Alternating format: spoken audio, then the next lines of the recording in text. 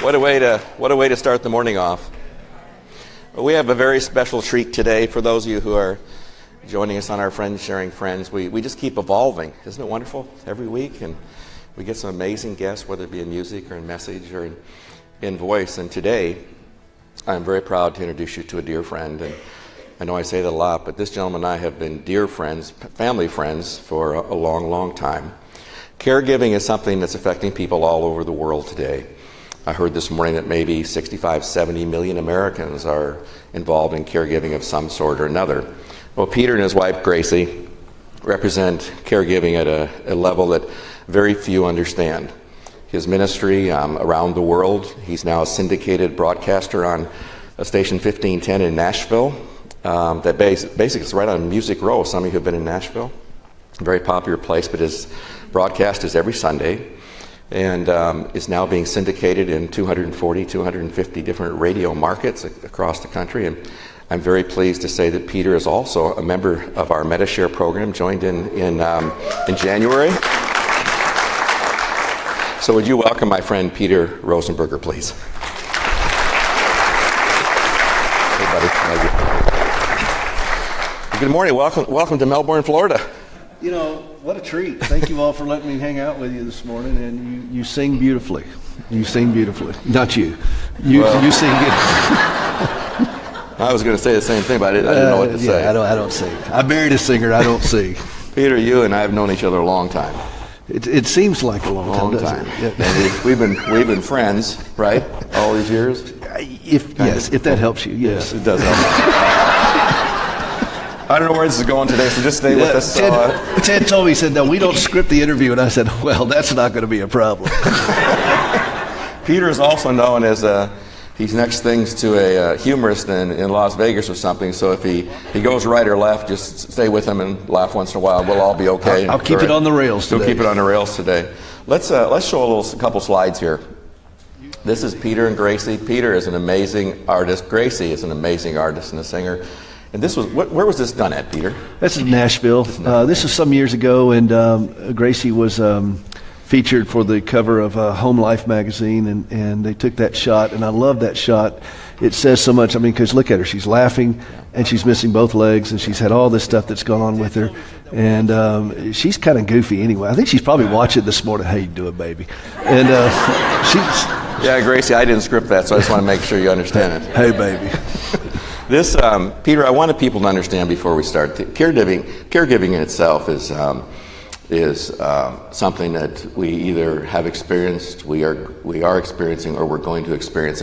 But I want to go back over 30 years ago, and I think we have a couple slides here. This is where it started. Let's talk about where it started, Peter, with you. 34 years ago this fall.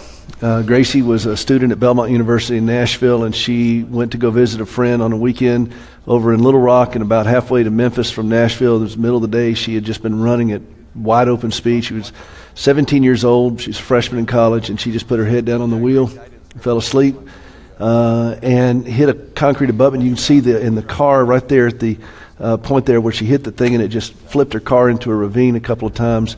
And it was an Evel Knievel kind of wreck. I don't share that Evel Knievel reference too often because people don't even know who that is anymore. And was he evil? But it was a horrific wreck. I didn't know her at the time. She was in the hospital for about 3 weeks unconscious, and then she woke up. Then she was in for several months after that, recovery. By the time I met her, it was a couple of years later. She had about 20 surgeries that I could count. It's hard to count some of the things. The major ones were about 20, and she limped a good bit. Her legs were saved at the wreck. The right one was almost cut off, but they saved it. But she kind of limped, and her right foot kind of turned in a little bit this way, and her left foot was and she had kind of an unusual walking gait, but she's just drop dead gorgeous. I mean, you don't take my word for it. You can see her. You can Google her. I was Googling her when I met her. And we didn't have Google back then. But, some people with the disability gets there long before the person does. In her case, she just transcended it. I mean, she's just bigger than life. And I was amazed by her courage. I was amazed by her presence. And then I heard her sing, and it was all over. And I was going to take care of this woman for the rest of her life. I just didn't understand what that meant. and I was just kind of dumb as a box of hammers. And but I wasn't going to show this, but anyway, Peter has a great humor about him, but I think that the amazing thing when you think about this Peter got into this situation after the accident and got to know Gracie, and so it's an unusual situation. He accepted Gracie as she was, as the Lord does us, and I think this shows a little bit of Peter's humor. What were you doing here, by the way? It was just a ministry. It was a ministry. Come on, baby. I know you're trying to walk. Well, let me help you a little bit, And no, when she kicks back with those legs, they do hurt. Peter, you also have a ministry for prosthetics, is that right? Well, when she gave up her legs, and she gave up one in 91, the other in 95, she wanted to reach out to her fellow amputees in West Africa. We've been doing this for 12 years, and we provide quality prosthetic limbs. We recycle prosthetic limbs from all over the country. They go to a local prison in Nashville, and inmates volunteer to disassemble them. I call it Operation Footloose. And we disassemble the limbs and then recycle all the usable parts, and then we'll make a custom fit limb over in West Africa for the patients there, and we'll use these parts. And Gracie's sent over some of her own legs on this too. So it's a very powerful ministry. We, Acts 3, silver and gold have I none, but such as I have I give. In the name of Jesus, stand up and walk, and they do. One time I told, I won't mention any names, Franklin Graham, and I said, we got so many people standing over there. It looks like a Benny Hinn crusade being played backwards, and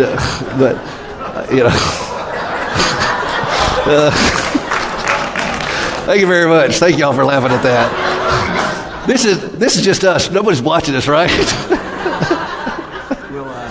Make sure you put the disclaimer at the end of the program today. Let's go to the next slide. I want to talk a little bit about, who's this? That's our oldest son, Parker, and his little boy, Magnus, and that is Gracie's. That is probably the best medicine for Gracie that you will ever see. And when he calls her Gigi, and when he looks at her and runs to her arms, I'm telling you what, it is powerful stuff. And so if I'd known how great grandchildren were, I would have had them first. And we have another slide here. And that's our son Grayson. He's our Hollywood son. He has a film production company, and he does movies and so forth. And both of these are just outstanding young men, strong and healthy, who came from Gracie's broken body, and they have literally carried their mother on their back. And I'm just grateful for both of them. They take care of me. In fact, Grayson is with Gracie this morning, and making sure that she's being taken care of. So they're great sons. I had the occasion many years ago to be with Peter and his sons in their home, and they were young at the time, and that's when Peter and Gracie had certain feelings about, maybe I'm not sure it's both of you, but I know Peter did, about television and what you watch and how many channels you get and all that stuff. So I was trying to encourage Peter to. And the boys were encouraging and urging me on, by the way, to get more than 3 stations in their house, right? And he was so torqued about this. He wanted us to get cable, and I rebuked him. And we do have cable. I don't know why. I think I only watched like one channel anyway. But Ted was just really upset about that because we had rabbit ears, and every time Gracie walked past the television, it messed up the signal. So that's a true story. So. He was upset about that. I don't know why you were upset about that. But your boys were supporting me 100%. They were right there with you. Thank you for that, for undermining that. I know I had to deal with it when I walked out the door, but it was an amazing time. Mr. Ted said we can have cable. Mr. Ted ain't here. Well, let's talk about. I told you I didn't know where we were going. Let's talk a little bit about. Caregivers and what's going on with caregivers in the country. How big is this in the country? It's huge, and it is going to get huger. It's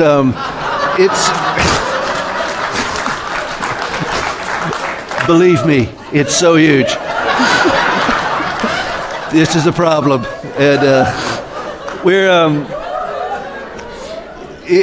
there are 65 plus million Americans right now that are dealing with this. The baby boomer population alone is going to, they're saying $1 trillion in wealth will be, that's trillion with a T, will be transferred and taking care of the baby boomers. I think that's actually a low figure. It is an incredibly expensive journey. 92% of people want to age in their own home. Well, how's that going to happen unless you've got somebody helping care?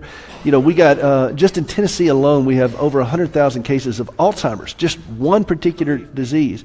Now, how many caregivers are associated with one person with Alzheimer's? And I'm not talking about paid caregivers, I'm talking about volunteers. And it's crushing families. Families are coming to blows with it. It's affecting the church. Most of these people, how are they going to get to church? How are they going to get to a community? They become isolated, and we'll talk about that. And it's a massive issue, not just from the financial cost, but from the emotional toll of it. Well, Peter, we have this CD that Peter is songs for the caregiver, and it's very emotional. And by the way, you're each going to get a copy of this today. But it's an amazing CD. Then I wanted to, it touched my heart of how did this CD begin in your own personal experience? How did you do this? I was at the piano. I spent a lot of time working out the kinks of my soul at the piano, and I was thinking about David at Ziklag. You all know that story? Everybody had been kidnapped, and the Amalekites had taken off all his possessions. I mean, they took everything, and his own men were about ready to stone him. I mean, they're standing around with stones in their hand, and said, David encouraged himself in the Lord. And I thought, that's what I need to be doing. And so I sat there at the piano, and I just started playing these old hymns, songs that really meant something to me. I'd love to say I was being altruistic for everyone else, but I was doing it for me. And in the process, people kept asking me to do this and put these down, and so I finally did. And by the way, I tested this out. This is a deterrent against road rage. I was listening to it on 285 in Atlanta, and not at one time did I say anything disparaging about another driver. I mean, it's calming. It's 50 minutes of respite, and it anchors us back in truth. It starts off with the first hymn is near to the heart of God. There is a place of quiet rest near to the heart of God, a place where sin cannot molest. How many of you all know that sin can molest? And that's where I want to start, because many caregivers, Ted, are like this. We're just like frantic all the time, and so we need a place to calm us down. Well, I think Peter's, in light of our time, we want to have Peter share with us for a little bit from his heart, and then he's an amazing piano player, but we don't have a piano table. This will be okay? I'll make do. At least it wasn't an accordion. Okay, all right. Well, I'm not sure where you go with this, but anyway, I better leave it alone. But would you please give a warm welcome to our friend Peter Rosenberger? Thank you. If you take a chair. And again, real quick, you're going to get this, and he's actually going to sign it today before he leaves. So, Peter, again, thank you. Well, thank you all. Let me just start off by saying how grateful I am to trust my healthcare needs to a group of people who will stand and read the Word of God and will sing praises in the face of a storm. Thank you. Thank you for that. And there is a storm coming. And I was talking to a buddy of mine who's a neurologist at Vanderbilt University in Nashville Medical Center, and I asked him, I said, we're talking about, he deals with Alzheimer's, Parkinson's, and Huntington's disease, those three big diseases there. And I was asking about telling this to the family when they get a diagnosis. And he said the number one question that is asked every time he gives a diagnosis of Alzheimer's. Anybody guess what it is? Let me just start off by saying how grateful I am. How much is this going to cost? That's the number one question families ask, because they see this in the face of what their resources are and what they're going to do. And families are coming to blows over this, because money they were hopefully counting on is now going to be consumed by this disease, and then the family fractures apart. And how do you minister to people like that? Just out of curiosity, how many of you all right now are or have served as a family caregiver? How many of you all love somebody? Some of them aren't raising their heads, Ted. I mean, I'm a little concerned about that. Here are the statistics. If you love somebody, you will be a caregiver. If you live long enough, you will need one. And the aging rate in this country, 100%. The mortality rate in this country, 100%. This is the reality that's going to happen, and we've never had this kind of population with the baby boomers. The baby boomers, since their birth, how many baby boomers do I have in here? I'm one of them. Ted, are you a baby boomer, Ted? I'm thinking no. But The baby boomers have defined our country since birth. Everything has changed so much, and now here we are going into this stage. But it's not just taking care of the special needs children. In my wife's case, it was a traumatic injury. I recently had a guest on my show, traumatic brain injury. And I spoke at a traumatic brain injury conference in Tennessee not too terribly long ago. These are tough diagnoses. Autism. Had a whole show that I did with autism. Do you know what the number one issue with families are with children with autism? One of the toughest issues they deal with? Elopement. And I'm not talking about going to Vegas and getting married. This is when these kids will just get up and leave. Well, how do the parents sleep with that? How do they handle that? And they don't. The question is they become frazzled. I've got a brother with a daughter who's got cerebral palsy. She's 29 years old, and she's basically a 1-year-old. And so you got two guys in the same family now with 60 years of caregiving experience, which is highly unusual. A lot of men bail on the family unit. And you're leaving a lot of mothers with single mothers with special needs children. This is going on. It's everywhere. So how do you approach these people? How do you help these people? What does that even look like?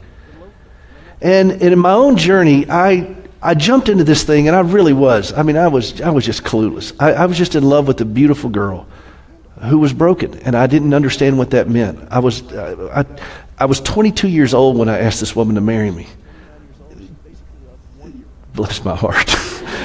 Bless her heart, because I mean, I look back and I think, I didn't know anything. I promise you this, and this will mean something to you guys.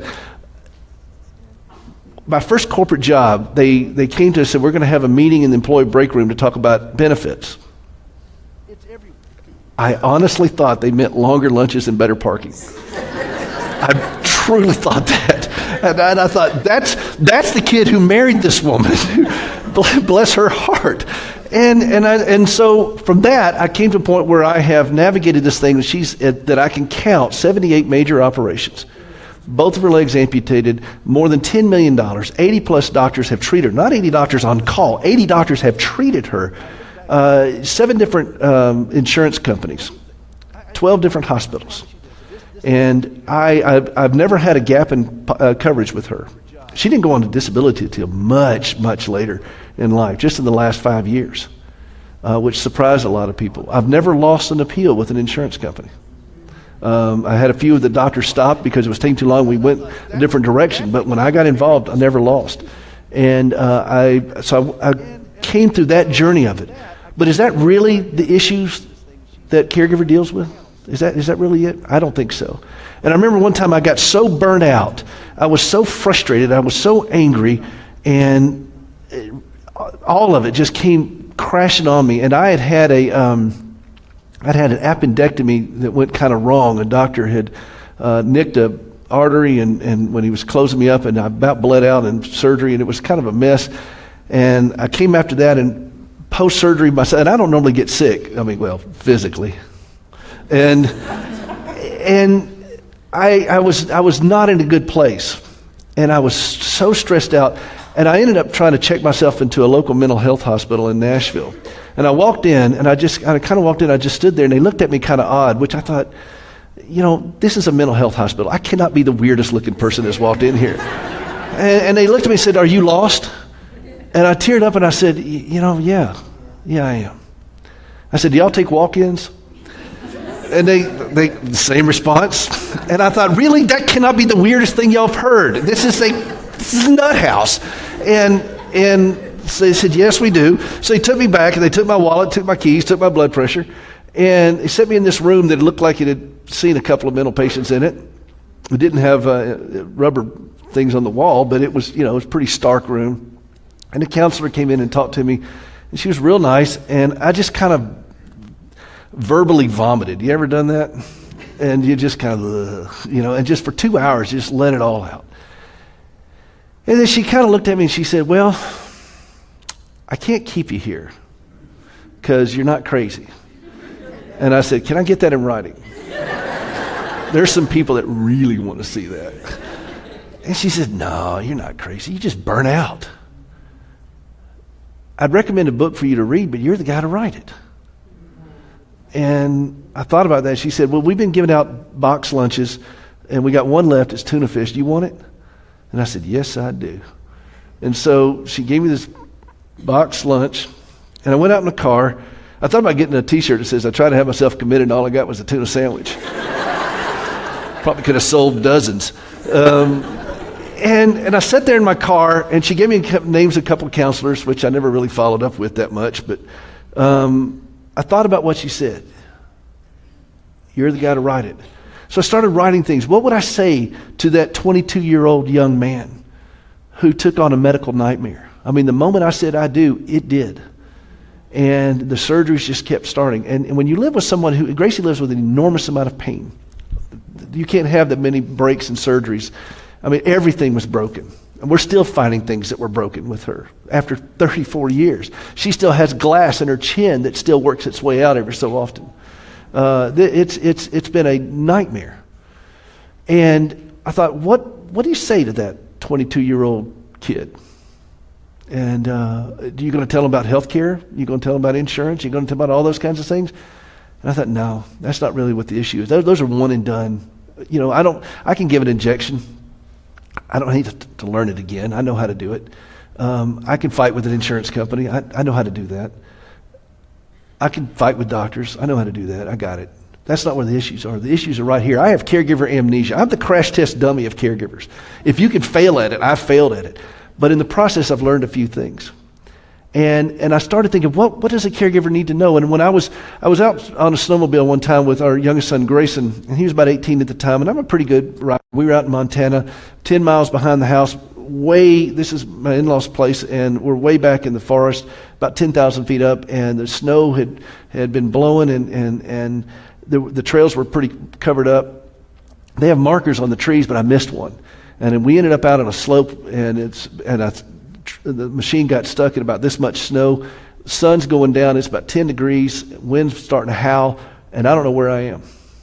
And I could get the sled out. I told Gray to stay away from it because it was soft snow. He stayed up there, and I could get the sled out, but I didn't know where I was going if I got it out. And I'd get stuck in some worse place.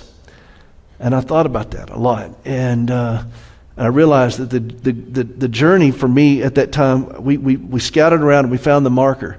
And I wasn't thinking about the house. I wasn't thinking about my taxes. I wasn't thinking about anything. I wasn't even thinking about Gracie at that point. I was thinking about, how do I find the next marker? Where is safety?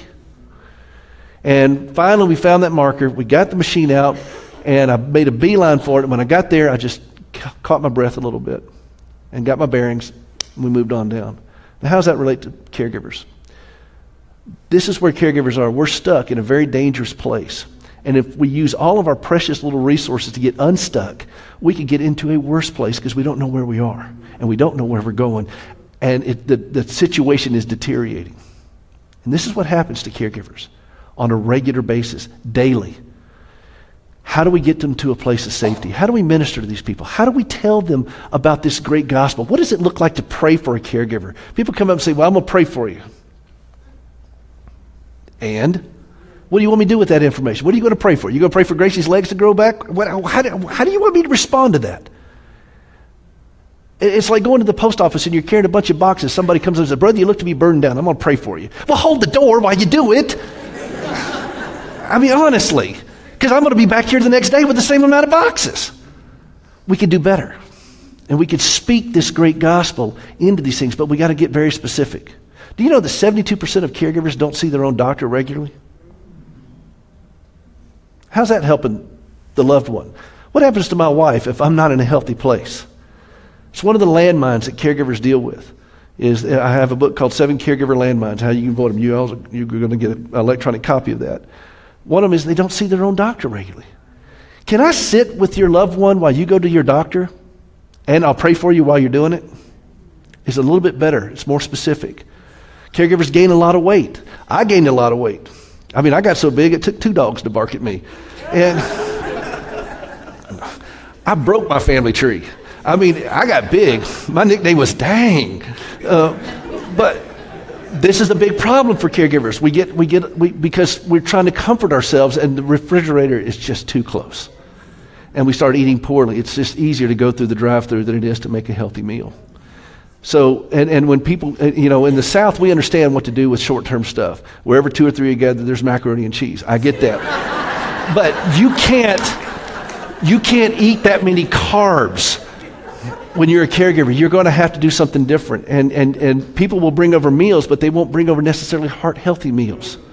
And so you got to think through this kind of thing. It's a long-term problem. So I started, what is the real deal for caregivers? How do you really help these people? And then I started getting more specific. How do I help me? What would I say to that 22-year-old young man who asked a girl with a broken body to marry him? And as I was doing this, I started writing out a few things, and I realized that caregivers suffer from 3 I's. We lose our independence, we become isolated, and we lose our identity. And it's in that isolation where we make terrible decisions. I know.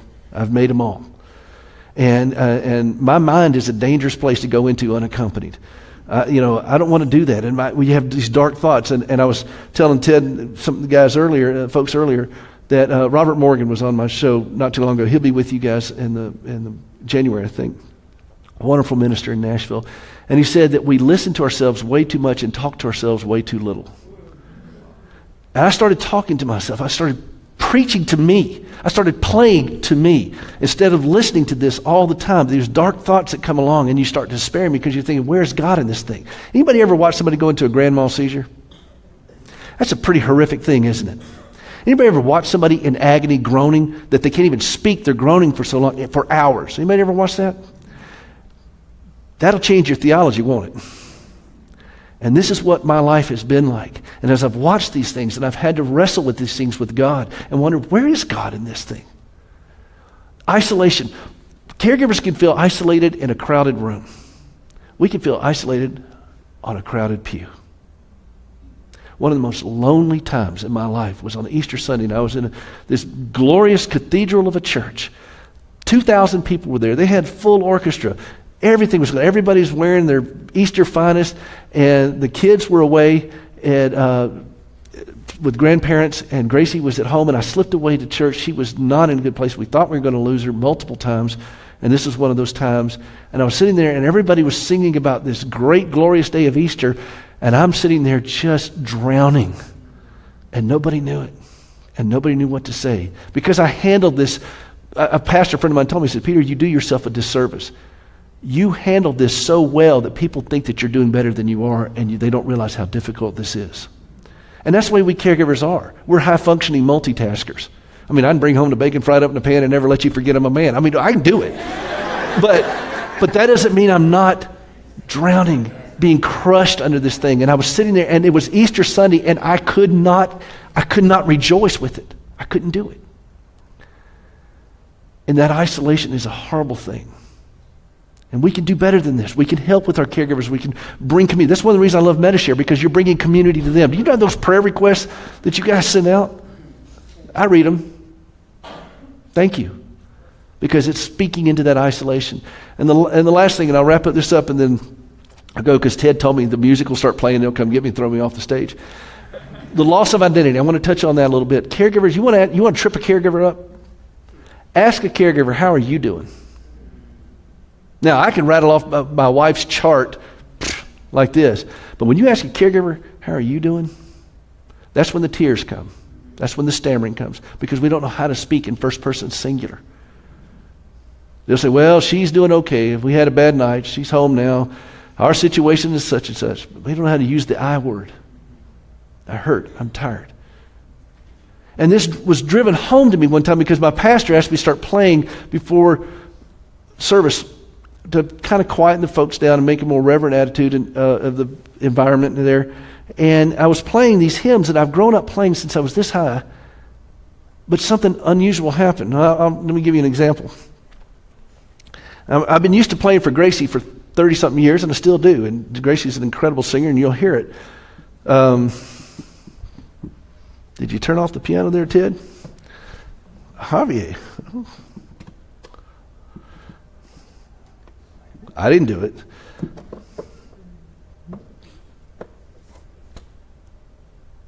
There it is. Well, it'll take a minute to warm up. Talk amongst yourselves. I was sitting there and I was playing these things, and all of a sudden I realized I wasn't playing the melody.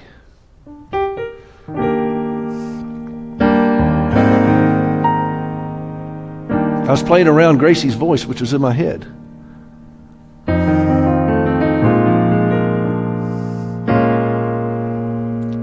And those are great chords. But I wasn't playing the melody. And I had to go back and teach myself the melody.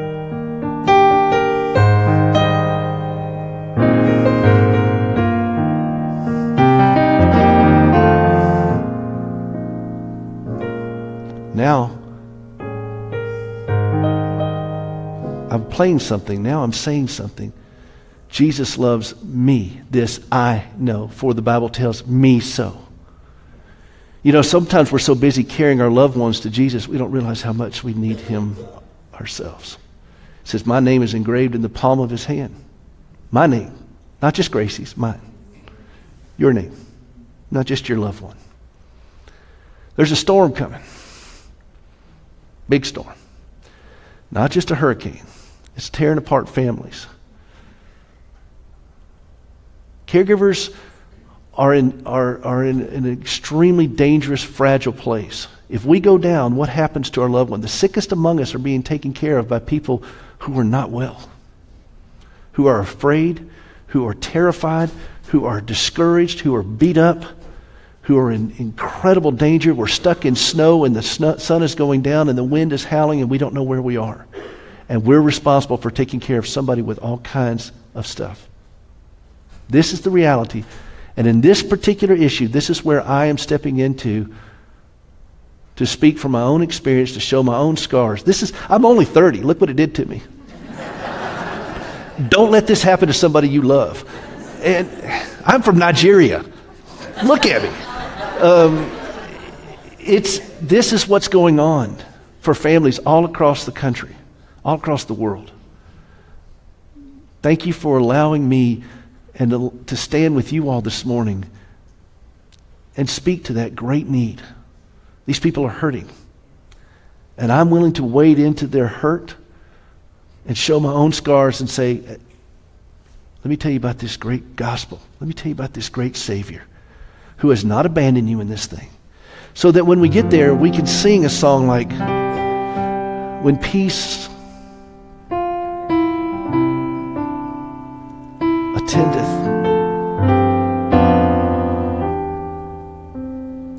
because when sorrows like sea billows roll. Sing it with me.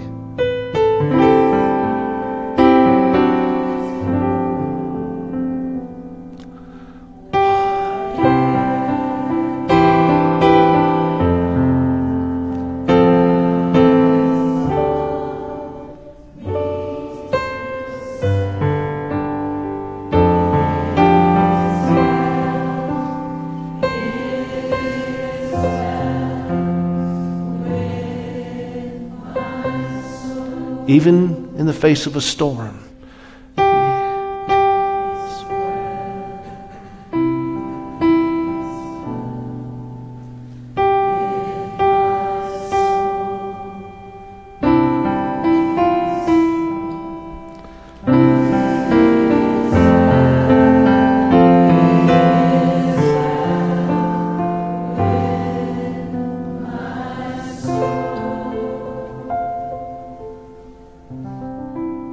We can do this. We can do this because he who began a good work in us is faithful to complete it to the day of Christ Jesus. He has not abandoned us, nor will he. And by the way, our Savior is the greatest caregiver of a wounded bride that the universe has ever known, because he's been taking care of his wounded bride for a long time. And that's us. Thank you so much for allowing me to come up here and be with you all and share this message. I do appreciate it. Ted, thank you so much.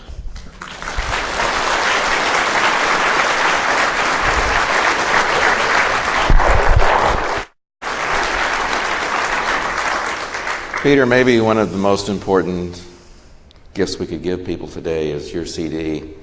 And I think that you do not want to miss the opportunity, because I think, all kidding aside about road rage, I think when you put this in, and I think maybe you even want to give it to one of your loved ones, it'll change their life in a very special way at a very special moment. So Peter's agreed to sign these for us in the back this morning. Not that it's Peter signing a CD, it's the message of Christ through this CD and Peter and Gracie's music. You'll hear Gracie. It's a wonderful, wonderful CD, and we want to provide that for you and your loved ones. Once again, please thank Peter Rosenberger. Thank you all. I'll take you down there. Would you mind having somebody pick up my phone and Couple quick announcements every day with the hurricane alert we have going on. We're going to let everybody know around noontime every day of what we're doing and what our suggestions are. We want to be with you, pray with you, be here for you, and make sure everybody's informed of what our procedures are here for the ministry. So every day.